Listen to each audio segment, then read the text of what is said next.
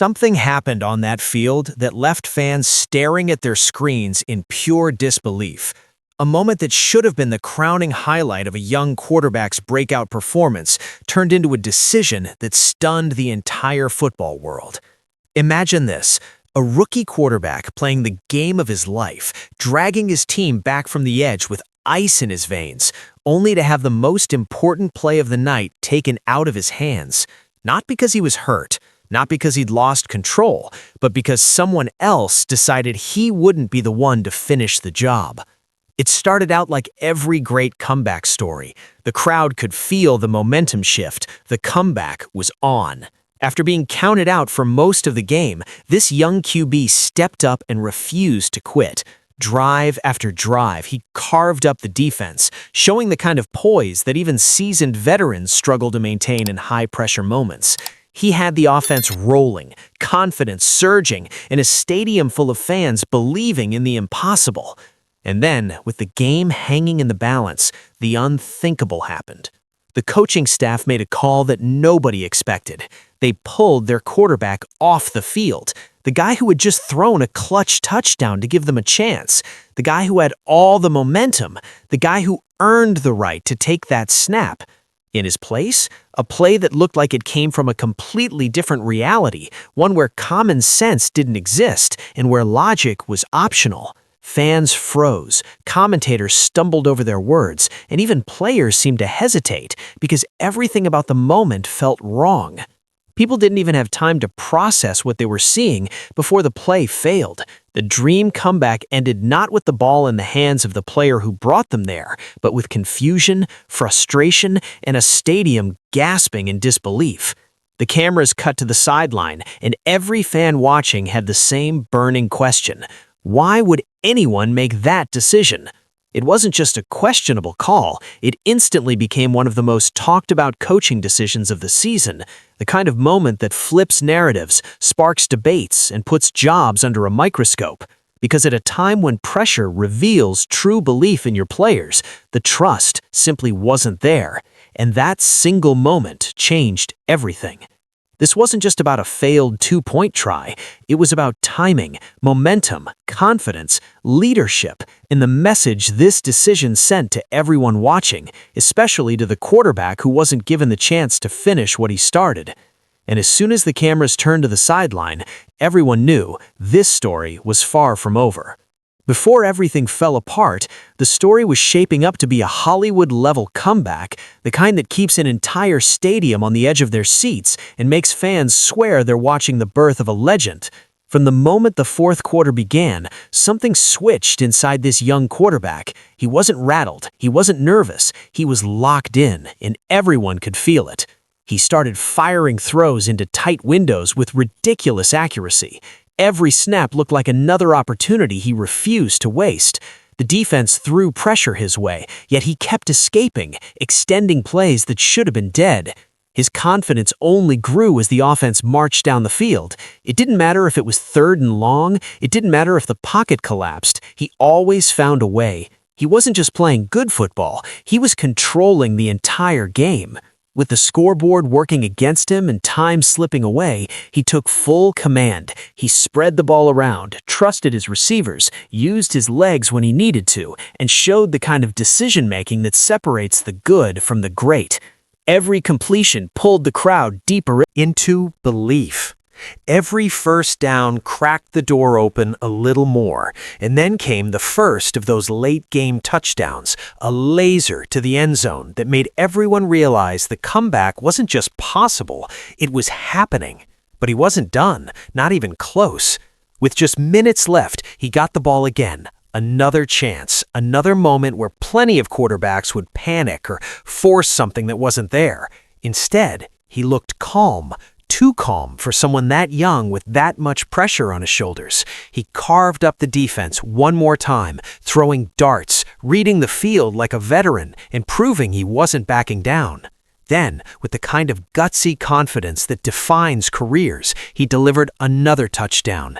The stadium erupted, the sideline came alive, even the opposing defense looked rattled because they knew they had lost control of the momentum. He had done everything a coach could possibly ask for. He saved the game. He put the team on his back. He gave them a chance at the finish line that didn't seem remotely possible just minutes earlier. And most importantly, he earned the right to take that final snap. This was the moment he'd worked for, the moment that separates franchise quarterbacks from just another player in a uniform, the moment that could have instantly rewritten the storyline of his NFL career. Everyone was watching, everyone was ready, everyone believed he had one more magic play left in him. And that's why what happened next felt like a punch to the gut.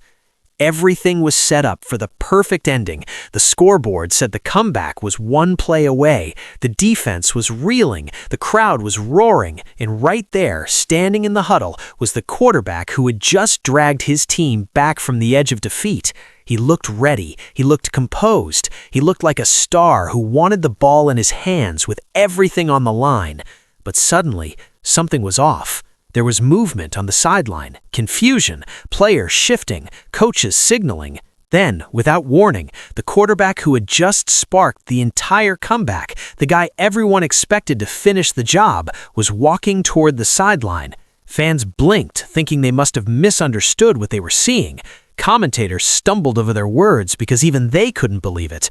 The offense was lining up without its leader.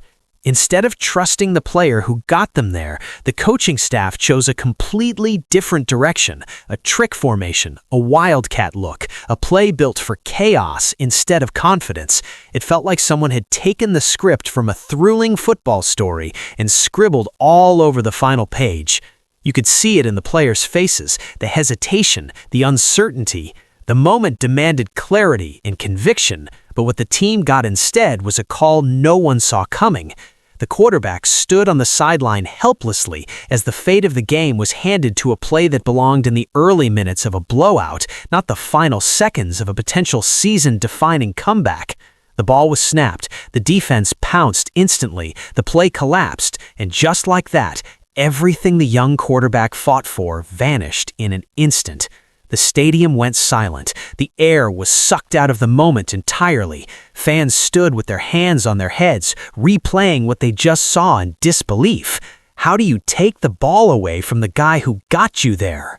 Who just gave you a lifeline? How do you bench the only player who had an answer for the opponent's defense when the game is on the line? It didn't feel like a calculated decision. It didn't feel like something based on momentum or trust. It felt like someone ripped the pen from Sanders' hand right before he could write the final line of his story. A moment that was supposed to belong to him was given to a play that didn't stand a chance. And that's when the shock turned into anger, because fans weren't questioning the effort or the execution. They were questioning why the coaches made a decision that went against every ounce of football logic. Everyone watching had the same question. Why wasn't the quarterback on the field?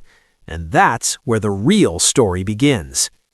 Right after the snap, it was obvious something had gone terribly wrong. The moment that should have belonged to the quarterback who drove the comeback was replaced by chaos. Instead of calm precision, there was confusion. Instead of trust, there was doubt. The Wildcat play, that strange gadget formation, instantly dissolved under pressure. The defense smelled blood. They recognized the fake, closed in fast, and shut down whatever hope that play had. The lineup looked predetermined, rigid, and out of sync. It didn't matter that the offense had moved the ball masterfully just moments earlier. This play had no chance from the start. It lacked the timing, it lacked the rhythm, it lacked the trust that had defined the drive. What unfolded was a play called in a vacuum, untethered from what came before, and paid the price for it immediately. For the players on the field, there was a moment of hesitation, like they weren't sure if what they were doing was supposed to work. The ball was snapped, the rush hit, the pocket collapsed. In a flash, the momentum that had built so steadily just seconds ago evaporated. The defense celebrated. The sideline dropped silent. Fans cursed the air. That final opportunity, the one everyone believed in, turned into a moment of disbelief and regret. In that moment, the scoreboard didn't just reflect a failed two-point attempt, it echoed a deeper failure, a failure of trust, leadership, unity. The comeback died with that Wildcat snap. What should have been the crowning moment of a rookie's defining drive instead became a symbol of miscalculation and mismanagement. People watching couldn't believe what they saw. This wasn't a risky call in desperation. This was a decision made with calm confidence, a decision that removed the one player who had earned the right to decide the fate of the game.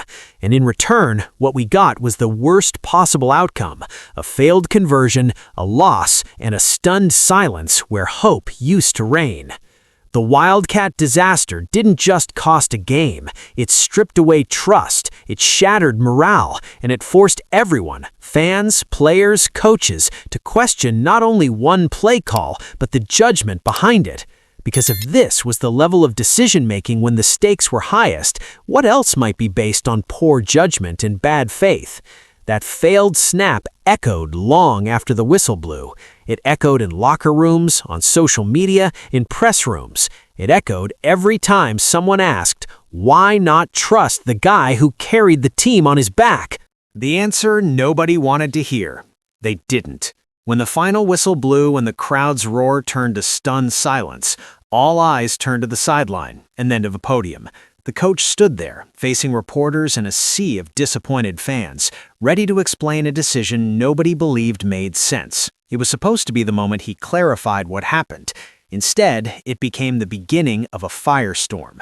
He started with the usual postgame language: disappointment, respect for the opponent, credit where it's due. He talked about execution issues, miscues, and broken plays, as if the problem lay only in how a play was run, not in the decision to run it. But no matter how polished the words sounded, they did little to erase the facts on the field. The quarterback, who practically carried the team on his back all game, was off when it mattered most. And accountability? It felt shallow, empty. When pressed on the core question, why bench the hottest QB on the field for the deciding play, the coach refused to walk viewers through the logic. He declined to get into the specifics, simply stated that it did not work as we thought it would, and offered what amounted to a shrug in words. That's not explanation, that's dodge. That's the sort of answer that raises more suspicion than clarity. And when asked who made the call, him or his coordinator, he claimed responsibility. On paper, that sounds like ownership, but without a clear rationale or reveal of the thought process behind the call, all he offered was a blank space where trust should have lived. A coach taking the blame but refusing to explain why still leaves the team and the fans in the dark. Meanwhile, critics and fans exploded. Social media lit up with outrage. Commentators questioned whether this was just a bad call or something deeper.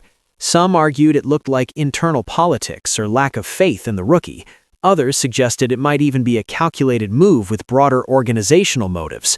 What was supposed to be a press conference defending a decision turned into a spotlight on mismanagement and broken trust. In the locker room, in homes of fans watching across the country, and in every replay that showed the empty quarterback spot on the field, the decision left a scar. Because a coach's job isn't just about calling plays, it's about trust, timing, and reading the moment. And after that press conference, when everything was said and nothing was explained, trust didn't just falter, it cracked. The Wildcat play didn't just fail, the explanation after it collapsed too. And that silence, the lack of accountability, the refusal to walk the world through the reasoning, said more than any failed conversion ever could. When a single decision is this shocking, this out of step with football logic, it forces people to look beyond the moment. Because even if you try to write it off as a simple mistake, there's a bigger, harder truth staring everyone in the face. Decisions like this come from somewhere. They come from belief systems, internal dynamics, and the hierarchy of trust within a team. And right now, that trust seems fractured in Cleveland. On the surface, a failed two-point conversion looks like a tough break, but when the quarterback responsible for the entire comeback wasn't given the chance to finish it, the message becomes louder than the scoreboard. We don't trust you in the biggest moments. It's a message that hits deeper than any interception ever could. It sticks. It lingers. It changes the way a locker room breathes after a game. Players know when a coach believes in their quarterback. They feel it. It shapes the energy in a huddle and the confidence on every snap. And they also know when doubt creeps in, when fear overrides instinct, when control matters more than momentum, when a plan on paper matters more than what's working on the field. That's exactly what this call communicated. Fans are asking whether this was really about one play or something bigger happening behind the scenes. Rumors online suggest that internal politics could be shaping decisions, whether that's protecting someone else's role on the roster, managing future narratives, or simply a stubborn refusal to let a young star take over the team's identity. None of that is confirmed, but the speculation exists for a reason. When logic disappears, theories fill the void. Even within the organization, this kind of decision can create invisible cracks. A quarterback who proves he can shine under pressure needs to feel backed by the people in charge, not second-guessed, not benched in defining moments. A roster that just witnessed their leader get sidelined might start wondering who their coaches truly trust. And once that doubt exists, it doesn't simply disappear, it grows. This wasn't a harmless gamble. It wasn't a quirky play that just didn't work out. It was a choice that signaled a deeper hesitation to hand the keys of the franchise to the player who earned them. And that hesitation is how teams with talent end up stuck in mediocrity, or worse, driven apart by tension no one will say aloud. Because at the heart of every great football team is belief. Belief in your quarterback, belief in your coaching, belief that when your moment comes, the people standing beside you won't pull you away from it.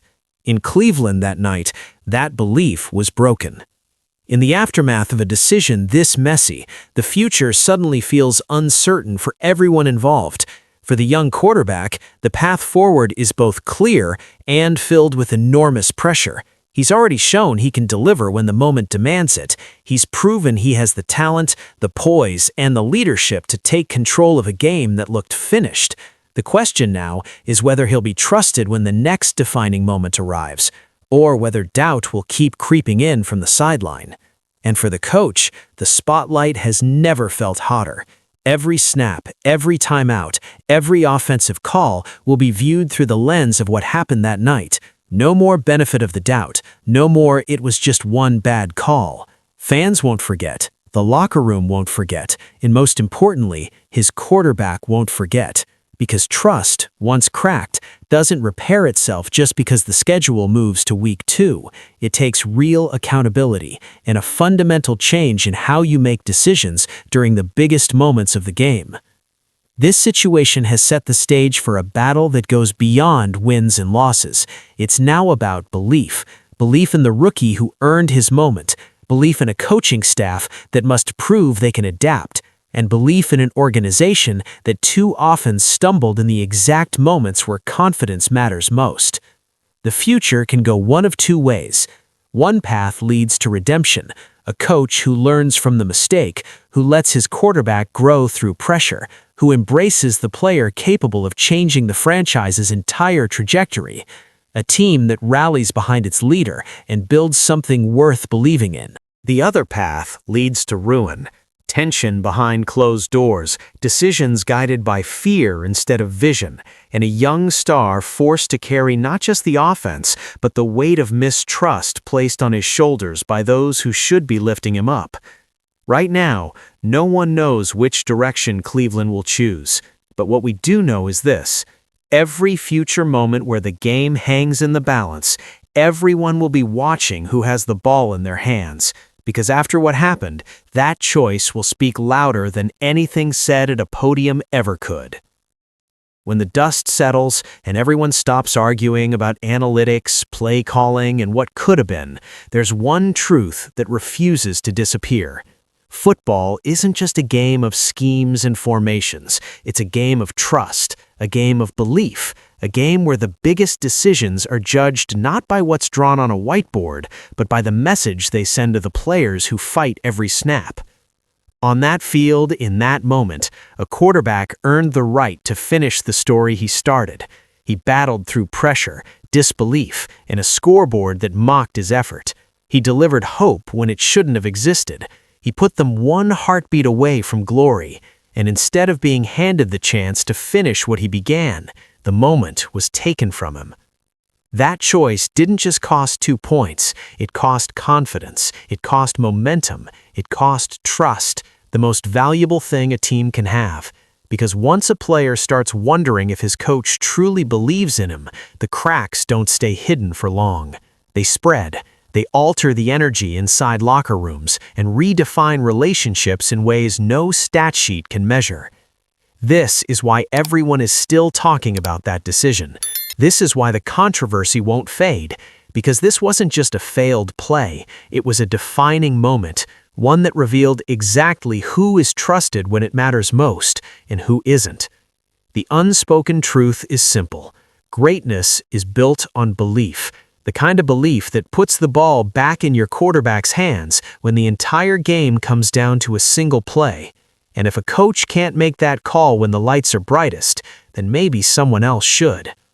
The next time the game hangs in the balance, the world will be watching closely, not just to see whether the team succeeds, but to see who they choose to trust with the chance to make history. Because after everything that's happened, that single decision will tell us everything we need to know about the future of this team. And one thing is certain, when the moment comes again, it better be in the right hands.